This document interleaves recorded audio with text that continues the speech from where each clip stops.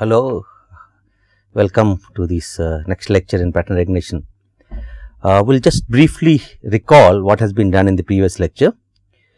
As I said, we consider pattern recognition as a two-step process: feature measurement extraction / classification. First, there are two steps. First, from the pattern, you measure some features. So each pattern gets converted to feature vector, and then there is the classification step. The classifier takes feature vectors and maps them to class labels. And as I said, this course is about mostly designing classifiers. Feature extraction is very much problem dependent, and hence there are not too many general techniques, but classifier design is what would mostly be concentrating on. And any classifier is something that maps feature vectors to class labels. As I said, function learning or the regression problem is a closely related problem to pattern recognition, and we will be considering both of them together. In both cases, the main information we have, as we seen last time, is a training set of examples. We are given a set of examples, patterns belonging to class 0 and patterns belonging to class 1, such as I got many A's and many B's and I need to learn a classifier to distinguish A and B. So, the main information we have for the design is a training set of examples, and both for classifier learning as well as regression or function learning, we need to learn from the training set of examples. Okay. We have decided that we will be following the statistical approach to pattern recognition, so called statistical pattern recognition. The characterizing feature of it is that we model the variations of feature values through probability distributions. So, a feature vector belonging to a class now becomes a random variable, which takes different values with different probabilities. That is what is meant by variations in feature values is captured through probability distributions. So, each of the feature vectors, each of the features themselves will be continuous random variable, and the feature vector will be a vector of continuous random variables. As we seen, one immediate result of using the statistical viewpoint is that we can define optimal. Right? We looked at, for example, Bayes classifier, which says put the pattern in the class with highest posterior probability. Posterior probability, the probability that class is I given the feature vector, and we mentioned that the Bayes classifier is optimal in the sense that it minimizes problem misclassification. In this lecture, we will show that the Bayes classifier is indeed optimal. Let us just briefly recall our notation. The script X denotes feature space, the space of all possible feature vectors. Usually, if you have n-dimensional feature vector, there is n features. Usually, the feature space is Rn, the n-dimensional real Euclidean space. Y is the set of class labels, will be some finite set. For most of the course, we will be considering binary classification, in which case y is 0, 1. X is the feature vector, it has n components, x1 to xn. I put a transpose on the expanded feature vector because all vectors are column vectors. Hence, a classifier is a function that maps the feature space to class labels. This is for every feature vector, there is a class label. For this class, our class labels are only 2, is a binary classification problem. So, class labels can be either 0 or 1. We also introduced the idea of class conditional densities and so on. So, to recall, F0 and F1 are the class conditional densities for class 0 and class 1. Both are densities over the feature space. Pi is the prior probability, the probability that y of x is equal to I. As I mentioned last time, y of x denotes the random variable denoting the class of the feature vector x. Similarly, Qi's are the posterior probability, that the probability that y of x is I conditioned on x. For a given x, what the probability that this class is I, those are the posterior probabilities. Still recalling our notation, as we mentioned last time, Bayes theorem is given there. We can get one conditional density in terms of the other conditional density. Applying to our current case, it tells you that Qix is Fix Pi by Z, where Fi is class conditional and Pi is the prior probability and Qis are the posterior probabilities, where the Z is the normalizing constant, which is simply F0 P0 plus F1 P1.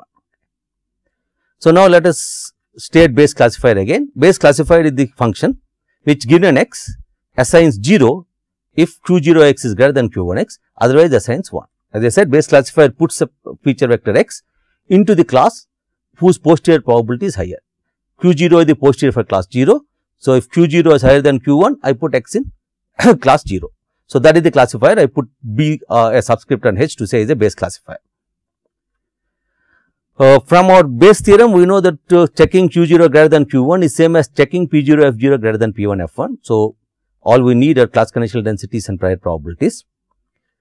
And we are going to show that the base classifier minimizes probability of error in classification. Let us go through with the simple proof. As we know, each classifier H maps the feature space X to the set of class labels, that is 0, 1. So, for a given H, given a classifier, define Ri of H as the set of all X for which Hx is equal to I. That is, for example, R subscript 0 of H is the set of all feature vectors that get mapped onto class 0 by classifier H. So, R0 H is the set of feature vectors which will be put in class 0 by a classifier H. Similarly, R1 are the set of feature vectors that are put in class 1 by classifier H. As we defined last time, let f of H denote the probability of error for the classifier H. So, now we can derive an expression for f of H. When will we make an error? If the classifier says class 1 while it is actually class 0 or vice versa. So, f of H is the probability that X actually belongs to the region R1 H, where the classifier would say class 1, and also X belongs to class 0, or disjointly X belongs to R0 H and X belongs to C1. Because R1 and R0 are disjoint sets, these two events are disjoint and the probability gets added. Now, we can always write probability A and B as probability A given B into probability B. So, here I can write this as probability X belongs to R1 H conditioned on X belonging to C0 multiplied by probability X belongs to C0, and probability X belongs to C0 is the prior probability P0. So, now f of H becomes P0 times probability X belongs to R1 H condition on X belongs to C0 plus P1 times probability X belongs to R0 H condition X belongs to C1. Now, we know that condition on X belonging to C0, the random variable X has density F0. Similarly, condition on X belonging to C1, the random variable has density F1. So, I can write both these probabilities as integration of the corresponding density functions over appropriate regions. So, this becomes the value of Fh. Now, in this expression, there is something that is very important to note. R0H and R1H are mutually disjoint and they add up to the whole space, because given a H, every X is either put in the space R0 or put in the space R1. For all X in R1, the integral adds F0 into P0, and for every X in R0, the integral adds P1 into F1, which means for any classifier, the error integral is such that at every X, we either add a P0 F0 or P1 F. So, we actually integrate over the entire space either P0 F0 or P1 F1 at each X. At which X we put P0 F0 in the integral and at which X we put P1 F1 depends on whether that X is in the region R0 or R1. And all that the classifier can do is to change these regions. It can only decide at which points P0 F0 is counted in the integral and at which points P1 F1 is counted in the integral. The classifier can only change the regions R0 and R1. Okay. Now, let us look at what the base classifiers regions are. We know base classifier puts a pattern in R0 if P0 F0 is greater than P1 F1 and puts it in R1 if P1 F1 is greater than P0 F0. So, using the previous expression for the base classifier, the probability of error of the base classifier becomes integral of P0 F0 on R1 plus integral of P1 F1 on R0.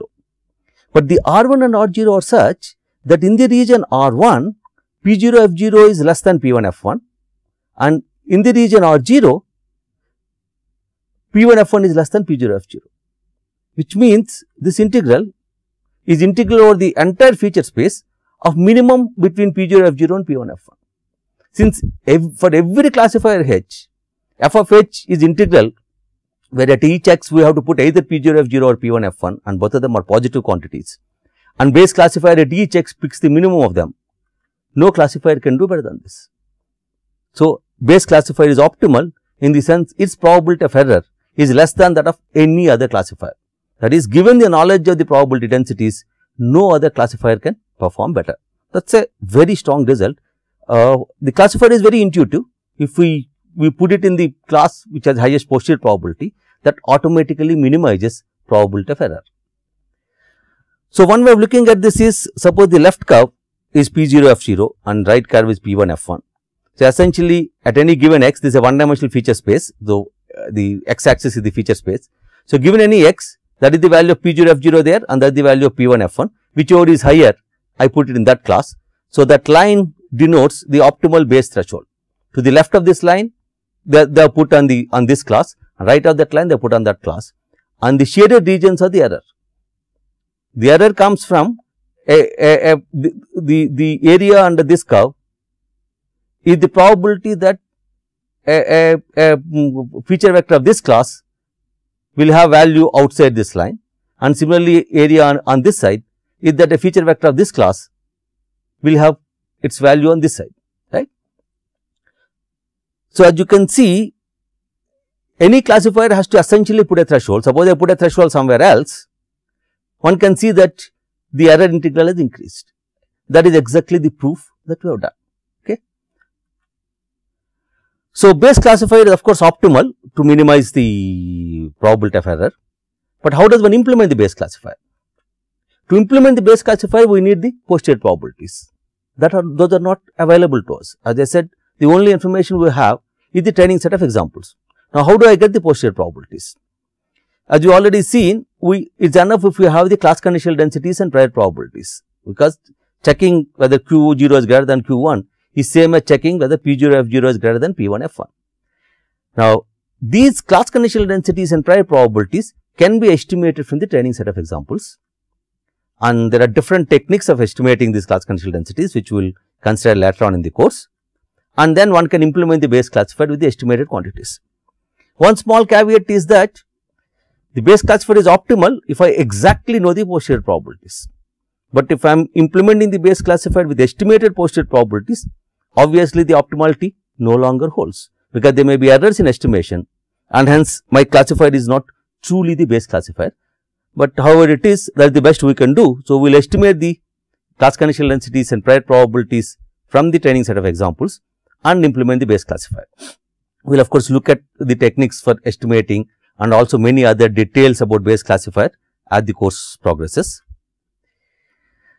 Okay. But base classifier minimizes probability of error. That is what we said. Our proof shows that it giving a class label which is wrong is minimum among all possible classifiers. But there are two kinds of errors in classification. You can classify a class 0 pattern as a class 1 pattern or a class 1 pattern as a class 0 pattern. These are variously called as false positives or false negatives, type 1 error or type 2 error, false alarm, misdetection and so on. Essentially, some of this terminology comes from Second World War. During the Second World War time is when this Bayes generation theory was actually developed, and the important classification problem to be solved is there are these radars to detect fighter aircraft, enemy aircraft. So, based on the radar signal reflection that we got, somebody has to make a decision whether what we have is a enemy aircraft coming in to bomb or there is no enemy aircraft. So, if those are class 0 and class 1, if I make an error, there can be two kinds of errors. One is when there is an enemy aircraft, I actually think there is no enemy aircraft, or when there is no enemy aircraft, just a flying bird or something, I may think that is an enemy aircraft. There are two kinds of errors, and obviously the cause of these errors are very different, right. A false alarm, that is thinking that something is an enemy aircraft, is only so much of inconvenience for people, because I may sound an alarm and everybody goes into bomb shelters. On the other hand, a misdetection, when there is actually an enemy aircraft, but I do not think that there is one, can be a very fatal error. Many people may die. Similar things happen in biometric recognitions. Suppose I have an identity authentication system. You give your fingerprint to authenticate a customer. If he is genuine customer, but the system says he is not genuine, it is only a phone call from an angry customer. On the other hand, a non-genuine customer gives his fingerprint and the system wrongly takes him to be genuine customer. That can be real loss to the system. So, in general, the cost of errors may be different, and we may want to trade one type of error with other. We may not be bothered about minimizing probability of error, but we may want to minimize the cost of error. Well, that can also be done. It is done by what is called loss functions. So, earlier we have been rating classifiers based on the probability of error, but a more general method to assign a rating or a figure of merit to a classifier is what is called a loss function. A loss function is a function whose domain is y cross y. Y, as you may remember, is the set of class labels, that is given any pair of class labels, it assigns a positive real number. L is a function from y cross y to r plus is the positive real line. So, given any pair of class labels, it assigns a positive number to it. The idea is that on a given x, yx, the random variable, denotes the true class of x, h of x denotes the class label that a classifier h will give. So, L of hx comma yx denotes the loss suffered by a classifier h and pattern x. The classifier would call out h of x, whereas it should have called out y of x. So, the loss function measures the discrepancy between hx and yx, the cost of the discrepancy between hx and yx. So, the idea is that I choose a loss function, so that L of hx comma yx denotes in some units the actual loss suffered by h and a pattern x, in the sense that h would have called h of x, whereas it should have called y of x. Now, we can define our figure of merit f, which assigns a number to each classifier h as expected value of L of hx comma yx. This expectation is of course with respect to the underlying distributions of x, and such an expectation of the loss function is called the risk function. So, many classification algorithms actually choose a convenient loss function and then try to minimize the risk. Risk is the expectation of loss. So, let us take some examples. There is something called the 0 1 loss function, defined by L of a b is 0 if a equal to b, 1 otherwise. That is, L has two arguments, one is what the classifier says, other is what the true class is. If those are same, there is no cost, otherwise the cost is 1, irrespective of which error is made. So, it is like earlier thing. So, what will be the expectation of L? L is a 0 1 random variable. So, its expectation is same as probability that takes value 1, thus probability hx is not equal to yx, which is same as the probability of error we defined earlier. So, what we did earlier can also be done through loss functions, if we think of what is called a 0 1 loss function. But loss function can be more general. That is to say, even though loss on correct decision is 0, loss on incorrect decision need not have to be equal. In the 0 1 loss function, the loss on the incorrect decision is same. Whenever a is not equal to b, the loss is same. But we can in general have L of 0 1 not equal to L of 1 0. L of 0 1 is when I say 0 and true class is 1, versus when I say 1, whereas true class is 0. Now, the FH, which is the expectation of loss, which is the risk, is the expected cost of misclassification. Right? Essentially, the relative values of L0 1 and L1 0 determine how we can trade one kind of error with another kind of error.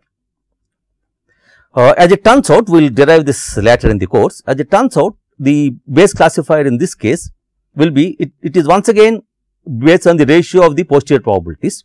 Earlier, if the ratio is greater than 1, we are putting in class 0, but now if the ratio has to be greater than some threshold, which is given by L0 1 by L1 0.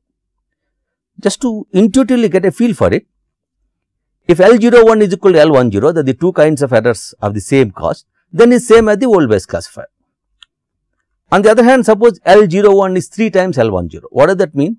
L0 1 is I say 0, whereas the true class is 1. So, wrongly classifying something into 0 is thrice as costly as wrongly classifying something into 1.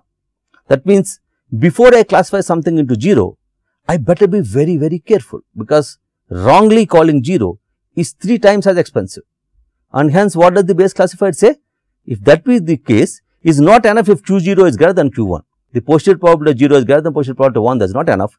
Posterior probability of 0 should be 3 times, more than 3 times the posterior probability of 1 for me to take the risk and call class 0. So, that is essentially what the base classifier represents. We will show later on formally that this turns out to be the base classifier that minimizes risk. Okay. And once again, for the criteria of minimizing risk, base classifier is optimal. That also we will show later on. So, base classifier is indeed a very good classifier. It can minimize risk for any kind of loss function, and that's the best you can ask for. But its real problem is that it needs knowledge of class conditional densities and prior probabilities. If I know them, of course, I can do nothing better. But if I don't know them, they have to be estimated. The estimation has its problems. Firstly, it may be computationally very expensive, as you shall see. or it may not be feasible sometimes because the underlying densities are not very nice, or there might be other reasons why I may not want to estimate the classical densities. Of course, then I can't implement. Also, if I implement the base classifier with estimated densities, because of the address in estimation, it may no longer be optimal. So, considering all this, implementation wise, I will go for base classifier only if I have sufficient faith in the estimated classical densities. Otherwise, what do? Well, there are many other methods of obtaining classifiers. So, for the rest of this class, we will at least quickly review a few of them. Many of them will look at more details later on in the course. So, one other method which is very simple and often performs well is what is called a nearest neighbor classifier. What is the nearest neighbor classifier? We store the training example, the feature vectors from the training set as prototypes. We can choose some of them or we can choose the whole training set, but anyway, we take the training examples, store them and call them prototypes. The thing to remember is that because the training set, for each prototype, we know the actual class label because we have the training set. Now, we are ready to classify. Given a new pattern, we find the prototype x prime that is closest to the new pattern x and then classify x into the same class as x prime. That is, now you give me a new pattern x to classify. Within my prototypes, I search for x prime that is closest to x. Now, because x prime is a prototype, I know the class label of x prime. I give the same class label to x. The idea is if I have sufficiently many prototypes, anyone lying close to a particular prototype should have the same class label as the prototype. Okay. A slight variation is what is called a k nearest neighbor rule. So, instead of finding one closest prototype, I may find 5 closest prototypes and then take a majority rule. In a 2 class case, if I find 5 closest prototypes, 3 or more of them are in one class. So, I choose that class for x. It's kind of if a pattern happens to be near the class boundary, instead of taking one nearest prototype, taking a few more and taking the majority decision generally gives you lesser errors. This is called a k nearest neighbor rule. Generally, you take k to be the k to be an odd integer, small odd integer, 3 or 5 or 7. Okay. There are two main issues in designing a nearest neighbor classifier. We have to decide what we want to choose as prototypes. Do we want to choose the whole of the training set as prototypes, or if we want to choose a subset, which subset should we choose? And what do you mean by closest, right? What distance is the most appropriate distance? But given that we can solve these two issues, this is a very simple classifier to design and operate. Really, there is nothing I need to do except to store the prototypes. And the classification rule is also very simple. I just need to find a prototype that is closest to the new pattern and classify it into the same class. The actual performance, how much of time and memory you need, depends on the number of prototypes, how complex is the distance function and so on. Selection of prototypes. How do I select? How many to select? There are a few techniques. We may come back and discuss it a little while later. Essentially, we like to make sure that there are enough prototypes at all parts of the feature space. So, that wherever I get a new pattern, I have some prototype that is closest and of the same class to the new pattern. What about the distance function? One can of course choose the Euclidean distance, because all our feature vectors are real vectors. So, I can use Euclidean distance as the distance. The only problem with Euclidean distance is it's very sensitive to actual numerical range. If different features take values in different ranges, the ones which are numerically higher will dominate. Suppose there are two features, one feature takes values between 100 and 200, another feature takes values between 0.1 and 0.2. No matter how much you differ on the 0.1 and 0.2 feature, the first feature always dominates. So, we can always normalize with respect to variation of individual feature values. So, I can choose a distance function where the ith term in the Euclidean distance is weighted by 1 by sigma I, where sigma I is the estimated variance of the ith feature.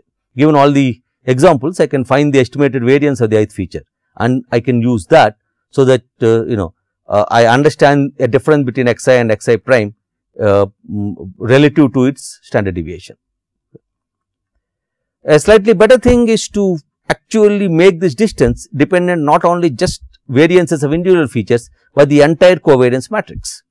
So, I can make the distance function as x minus x transpose x prime transpose sigma inverse x minus x prime, where sigma is the estimated covariance matrix, and this is called the Mahalanobis distance, often used in economics. Okay. We will come back to this later on. What can we say about the nearest neighbor classifier? How does it perform? It of course uses no statistical information. It is a very simple intuitive classifier, but one can show that asymptotically, that is, as the number of examples, that the number of prototypes approaches infinity, if we assume that the prototypes are independently drawn, then the error made by nearest neighbor rule is never more than twice that of the base error. That is, the probability of error by base error is 0.1, then nearest neighbor rule never makes more than 0.2 probability of error.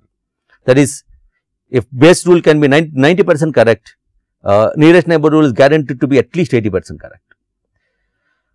This is quite interesting, because instead of doing all the costly estimation implementing the base classifier, I can simply implement the nearest neighbor classifier.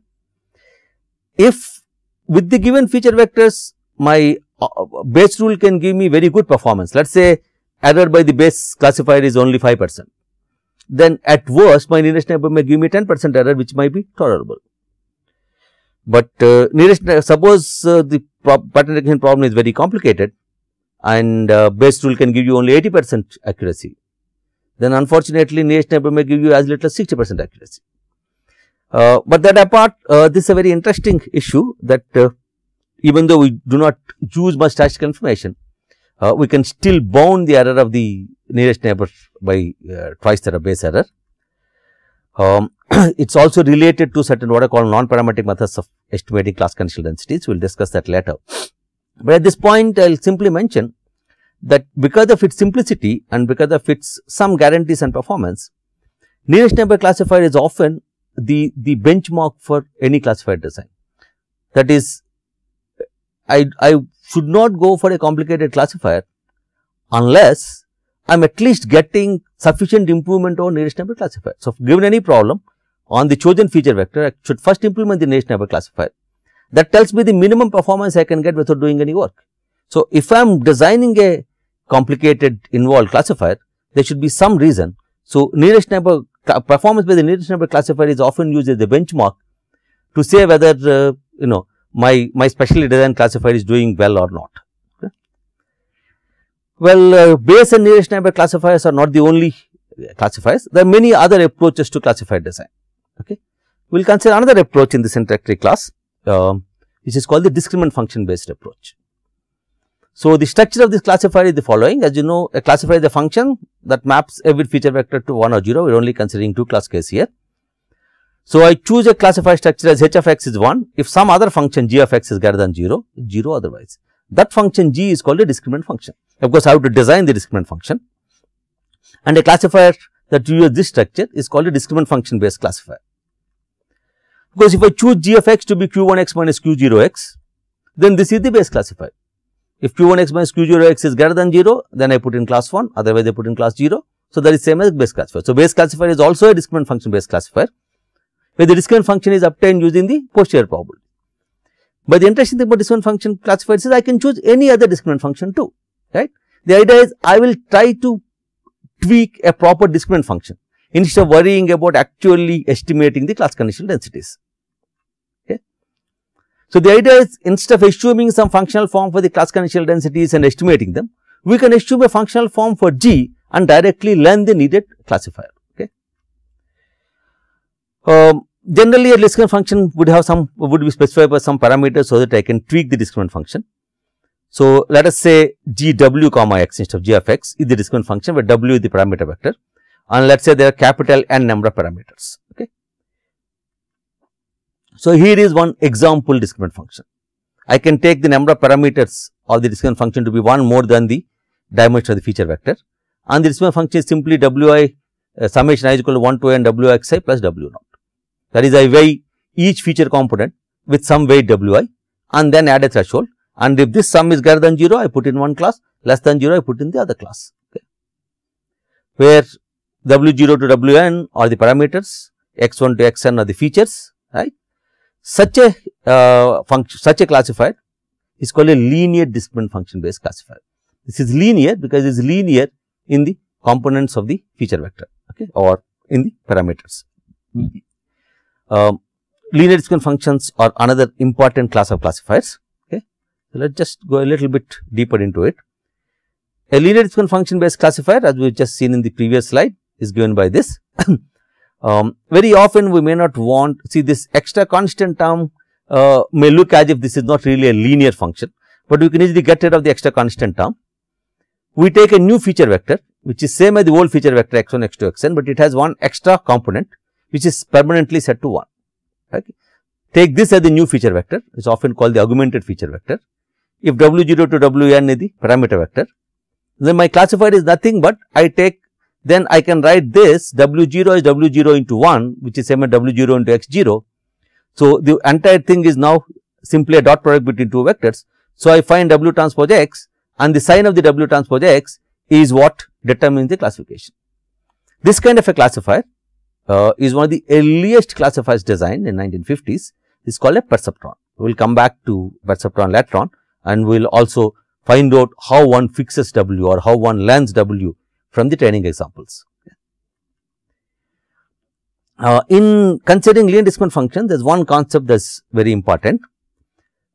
Given a training set xi yi, so that is set of patterns xi along with class labels yi, we say this training set is linearly separable if there exists some w star such that xi transpose w star is greater than 0 if yi is 1, that is xi comes from class 1, less than 0 if xi comes from class 0. Of course, the labels 0 and 1 are arbitrary, which I call class 0 and which I call class 1 is arbitrary. So, essentially if there exists a w, so that xi transpose w star greater than 0 means is one class, less than 0 means is another class. Okay. If such a w star exists, then we call the set a linearly separable set. Okay.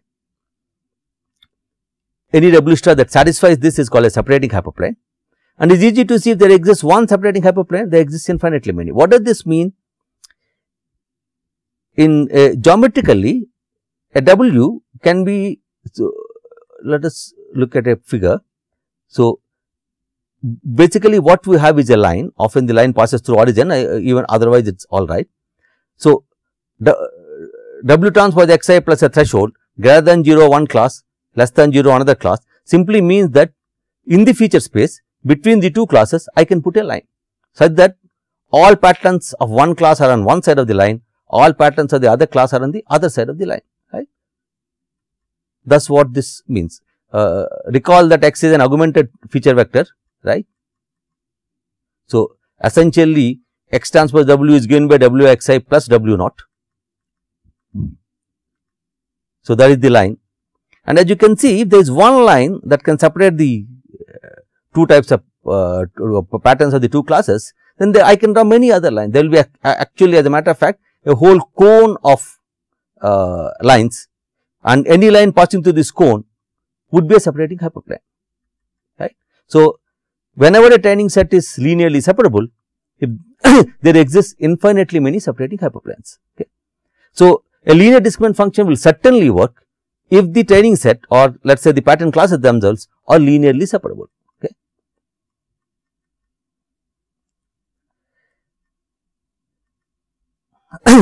Now, how do I learn linear discriminant functions? We need to learn the optimal w from the training samples. Perceptron learning algorithm is one of the earliest algorithms for learning linear discriminant functions. It finds a separating hyperplane if the training set is linearly separable. Because the sad thing about this algorithm is that if the given set is not linearly separable, the algorithm cannot come out and say it is not linearly separable, it will just go into an infinite loop. So, if I know if I suspect or have good confidence that the training set is linearly separable, then perceptron is a very good algorithm to use. We will study perceptron algorithm, its convergence proof, and many other interesting aspects of perceptron algorithm later on. But in general, when we may or may not know whether training set is linearly separable, we can also use the disk minimization approach to learning linear discriminant functions. How do what do we mean by use disk minimization approach? Just like what we did in the risk minimizing based classifier, you choose a convenient loss function and then define expectation of the loss function as risk, and find a linear discriminant function that minimizes the risk, right. So, let us look at a little more into this. So, the idea is I want to minimize some criterion function. So, to minimize, what is the criterion function? The criterion function should evaluate different choices of discriminant functions, and each choice of discriminant function is choice of a particular parameter vector W. So, ultimately I am asking, can I write a criterion function that can evaluate different W? We can always use the old function. If I am using a linear discriminant function with W as the parameter vector, let us say h of W comma x as we given earlier is the classifier. So, L of h of W comma x comma yx is the loss suffered on h on a pattern x if it uses parameter vector W. So, I take its expectation and that is the risk for W. So, now what you want to do is to find a W that minimizes this expectation. Now, how do I minimize the f? Given a particular W, if I want to calculate f of W, I need to evaluate this expectation, and to evaluate this expectation we need the underlying probability distributions. Now, if I have the underlying probability distributions, of course, I can use the base classifier. So, what do I do? How do I evaluate this f? The idea is that here f is expectation of some function, and as you know, if you want to find mean of some random variable, a good approximation is the sample mean. So, if I have training examples, I can find the sample mean of the same function on the training examples, and that I can use as an approximation to approximation to risk f W. So, let us call such a function f hat of W. So, f hat of W is L of h W comma x I comma y I summed over 1 to L and divided by 1 by L. As you can see, f is expectation of this L of x, so to say. So, if I want sample mean, it is L of x I summed over I divided by the number of samples. That is what f hat is, right. I sum the loss over the samples x I y I and divide over the number of samples. So, the sample mean estimated for f hat. So, we would expect that f hat is a good approximation to f. Why? Law of large numbers, right. We know if there are sufficiently many samples and samples are independent, then sample mean is a good approximation to the population mean. Sample mean, as a matter of fact, converges to the true expected value, that is the law of large numbers. So, f hat is a good approximation to f. Okay. So, we can minimize f hat instead of minimizing f, because f hat can be calculated. Given the training set, I can calculate f hat. So, let us understand this again. F hat measures the error of classifier on the training samples only, because it is obtained as a sample mean. F, of course, is obtained as an expectation. So, it measures error on the full population.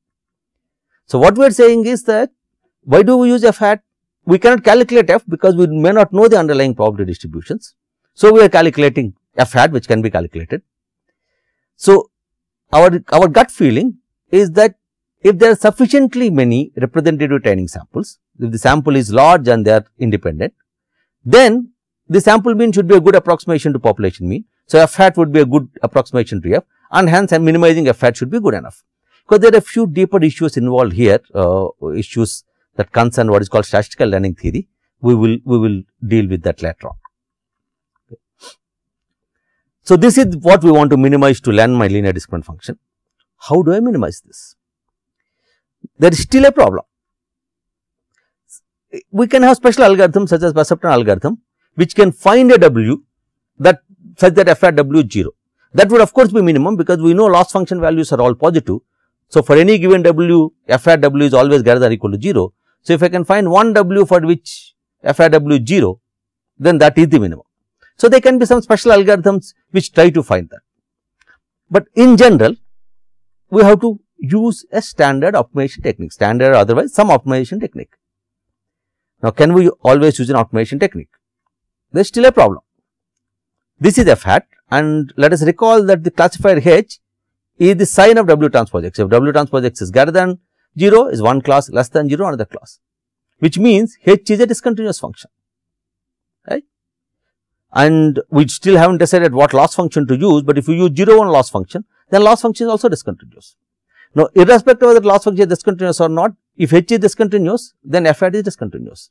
If L is discontinuous, f hat is discontinuous, which means we cannot use any standard optimization algorithms for minimizing this, because we cannot even differentiate f hat. Well, we can get around this problem by changing both our H and L so that they become differentiable. We redefine H so that instead of it taking values 0 and 1 only, we see H takes values in the interval 0, 1. So, for example, earlier we said H of Wx is the sine of W transpose x. Now, instead of saying sine of W transpose x, we say H Wx is 1 by 1 plus exponential minus W transpose x. How does this function look? If I plot W transpose x on the x axis, 1 by 1 plus exponential minus W transpose x has this kind of form. As you can see, if W transpose x is a little positive, it is close to 1. If it is a little negative, it is close to 0. But the nice thing is, it is nicely differentiable. As a matter of fact, in the definition of the function, we can add a small parameter inside the exponent, and based on the value of that parameter,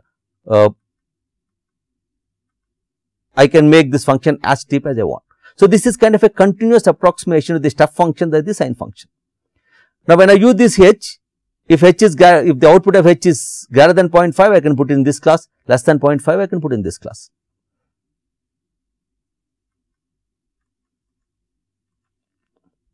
So, by changing H from sine of W transpose x to this, we have made H differentiable. Such a H is called a sigmoid function.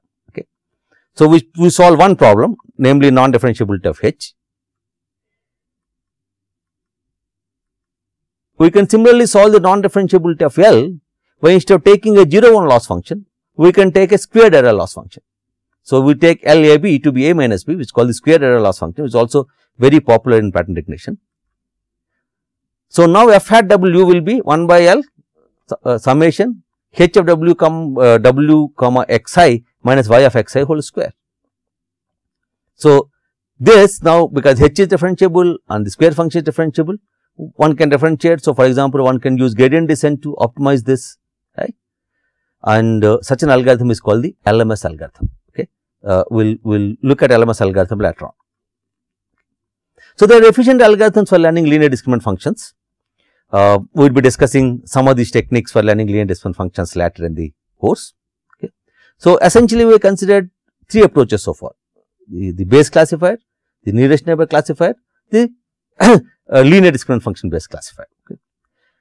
Well, there are a few more, but let us just look at a summary of where the linear discriminant function based classifiers can take us. There are efficient algorithms for learning linear discriminant functions, okay, and essentially a discriminant function based classifier is more general, right. We just said it depends on discriminant function. So, we can also use nonlinear discriminant functions. The idea of minimizing f hat using a square error loss function works even for nonlinear discriminant functions. Okay. Now, but nonlinear is not so straightforward. Okay. The method we got of minimizing f hat W to find linear discriminant function is a generally efficient method. So, in general, learning linear models is efficient. Okay. But a linear discriminant function may not always be sufficient. Linear separability may be restrictive condition. Even if I minimize the risk of the best linear classifier may still be a poor fit. Right. Now, if I want to learn nonlinear discriminant functions, how do I go about it? In this course or even in the field, there are a few general approaches to learning nonlinear classifiers. Okay. So, I will briefly tell you 3 approaches for learning nonlinear classifiers, each of them to be viewed as a stylized way. This is still an interactive lecture. So, we are just surveying the field. So, at this level of detail, I will just give you 3 possible viewpoints on how one tackles nonlinear functions, nonlinear discriminant functions. One is what can be called a neural network idea. See, a linear discriminant function, I know how to parameterize W transpose x plus W naught. So, in a similar way, I have to find a good parameterizer class of nonlinear discriminant functions. Okay. One good class of such nonlinear discriminant functions is what goes under the name multi-layer feed forward neural networks. The basic idea is the following. Each of these circles here are essentially linear discriminant functions. So, I give my give the pattern to many linear discriminant functions, and I keep taking the outputs of the linear discriminant functions and combine them through linear discriminant functions. So, it is a kind of function composition approach to finding nonlinear functions. Okay. This using nonlinear functions are built up through composition of simple linear functions on those sigmoid functions that we talked about. Multi-layer feed-forward networks are a particular class like that, and is useful for learning nonlinear classifiers, and in this course we will be considering this as one approach to nonlinear classification. And another idea is, if a linear discriminant function does not work in the entire space, I can ask, can I cut the feature space into different regions, so that within each region a linear classifier would work. Here is an example, right. So, the shaded region is one class, the other region is another class. So, a single line cannot separate one class from other, but if I can put two lines, so that for example, in one half of the feature space I can use one line, in the other half of the feature space I can use the other line. So, one way of doing this is that I first cut the feature space with respect to one line. Let us say I cut it with respect to a line like that. That is what I call H1. Then I am asking that the feature vector fall in this side or that side. Depending on which side it falls, I can once again say I can use two different linear discriminant functions to classify. So, instead of classifying the pattern in one step, I will use multiple linear discriminant functions, right. This is like cutting the feature space into different regions, and within each region using a linear discriminant function. Such tree based models are possible for both classification as well as functional learning. Right. Time permitting, towards the end of this course, we will look at a few ways of learning such tree based classifiers. What is the third approach? A third approach is what may be called an SVM approach, which SVM stands for support vector machines. This is today possibly the best way to learn nonlinear classifiers. The idea is very simple. You map X, the feature vector, nonlinearly into a high dimensional space, and then learn a linear discriminant function there. What does that mean? Suppose the feature vector has two components, x1, x2. Suppose there is a function phi that maps R2 to R5, given by Z is phi of x is now a, I am sorry, it should have been 6, is a 6 component vector given by 1, x1, x2, x1 square, x2 square, x1, x2.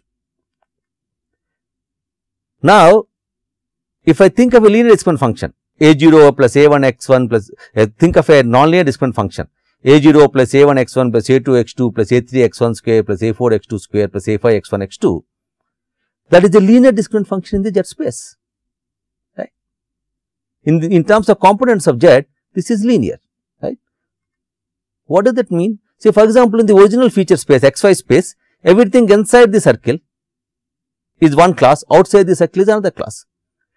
Now, this is essentially non-linear, because no linear function in x can separate the two classes. But if I change my axis, so that I have x1 square, x2 square, x1, x2 as my axis, then in the new space, all the points inside the circle will come on one side, all the points outside the circle come on the other side, and a hyperplane can separate them. Right? So, this is the basic idea of SVM. You map x non-linearly into high dimensional space and try a linear discriminant function there. Right? That is the basic SVM idea. Right? So, these are the three ideas that we use to learn nonlinear classifiers. Right? So, let us summarize our discussion so far. The base classifier minimizes risk under any general loss function. Given the knowledge of class conditional densities, no other classifier can do better than this. We have seen the optimality of base classifier in the simple case of minimizing probability of error. We will also prove it under minimizing general risk function. But any case, base classifier minimizes risk under any general loss function. Its main problem is that it needs the knowledge of class conditional densities. How do I get class conditional densities to implement base classifier? I can estimate the class conditional densities from the training set of examples. I there are various estimation techniques. We will look at each of them in this course and see how we can estimate the classification densities, what are the errors in estimation and so on. Okay. That is one kind of approaches to classifier design. But as we said, there are approaches other than the base classifier. Nearest neighbor classifier is another approach to classifier design. Nearest neighbor classifier is very simple. It simply says find a prototype that is closest to the given pattern and put the pattern in the same class as the nearest neighbor. A variant is k and n. Instead of finding one closest neighbor, you find k closest neighbors and put the classifier in the in the class of the majority class. So, either nearest neighbor or k and n is a very simple classifier to implement, and as we have seen, it has surprisingly effective classifier. In many situations, nearest neighbor classifier gives you sufficient performance and you do not need to go for any more advanced classifiers. And in any case, even on a more complicated problem, a nearest neighbor classifier is always implemented because that gives you some baseline performance that you can always rely on, right. So, nearest neighbor classifiers is one other approach, and the issues there are how do I choose the prototypes, how do I decide on the distance metric and so on. Okay. But given certain choices for these issues, a nearest neighbor method is a simple and very effective classifier. When we consider certain techniques for density estimation, we will come back to the nearest neighbor classifier, explore its relationship with base classifier and revisit the issue of how to bound the probability of the nearest neighbor classifier by the base classifier error. Okay. Another method for classifier design is based on what are called discriminant functions. Okay. What does the discriminant function based classifier do? It uses a function g, and the classifier simply says h of x is 1 if g of x is greater than 0, it's 0 otherwise, and such a g is called a discriminant function, and g may have a parameter vector. And now learning a classifier is essentially learning the parameter vector of the discriminant function. We have seen one example, namely linear discriminant functions, as one example of discriminant functions. Okay. I have also said that we can use the same risk minimization approach with which we have shown the optimality of base classifier for learning linear discriminant functions also. Okay. So, even though to use risk minimization approach, we may not be able to use 0-1 loss function, we have to use squared error loss function. Learning discriminant functions using squared error loss function and minimizing the risk is a very standard approach to learning linear models. Okay. That is why many linear learning linear models go under linear least squares learning approaches. So, both for learning classifiers as well as regression functions, we often use a linear model, use a squared error loss function and minimize risk. Of course, we cannot calculate risk, as I said, because we do not have the underlying probability distributions, but we can always approximate the expectation by the sample mean and hence obtain the f hat function, which is often called the empirical risk function, which is nothing but the sample mean of the expectation. And because the sample mean can be evaluated on the samples, we can always minimize the sample mean. So, minimizing squared error is one method of learning linear models. We'll discuss some methods of learning linear models. Specifically, we look at perceptron algorithm, we look at LMS algorithm, we look at what is called logistic regression and so on. So, we will discuss some methods for learning linear models. Okay. What is also good to know at this point is that learning many of the nonlinear models can also utilize the same approach, risk minimization approach. That is, we choose a suitable loss function, very often square error loss function, and minimize the f hat function, that is the empirical risk, to find the best parameter vector. Okay. So, both for learning linear models and also for learning some of the nonlinear models, we will often use minimizing risk using a suitable risk function. As we said, linear classifiers may not be able to deliver the performance needed, and we have seen at least 3 approaches. We will certainly explore both the neural networks and SVM approach for learning nonlinear classifiers. Both of them have some specialized algorithms as well as risk minimization algorithms. So, we look at them also as risk minimization methods. Okay. So, this kind of completes the overview of the course. Okay. From next lecture, we will start again at the base classifier and go into the details of design of base classifier. Thank you.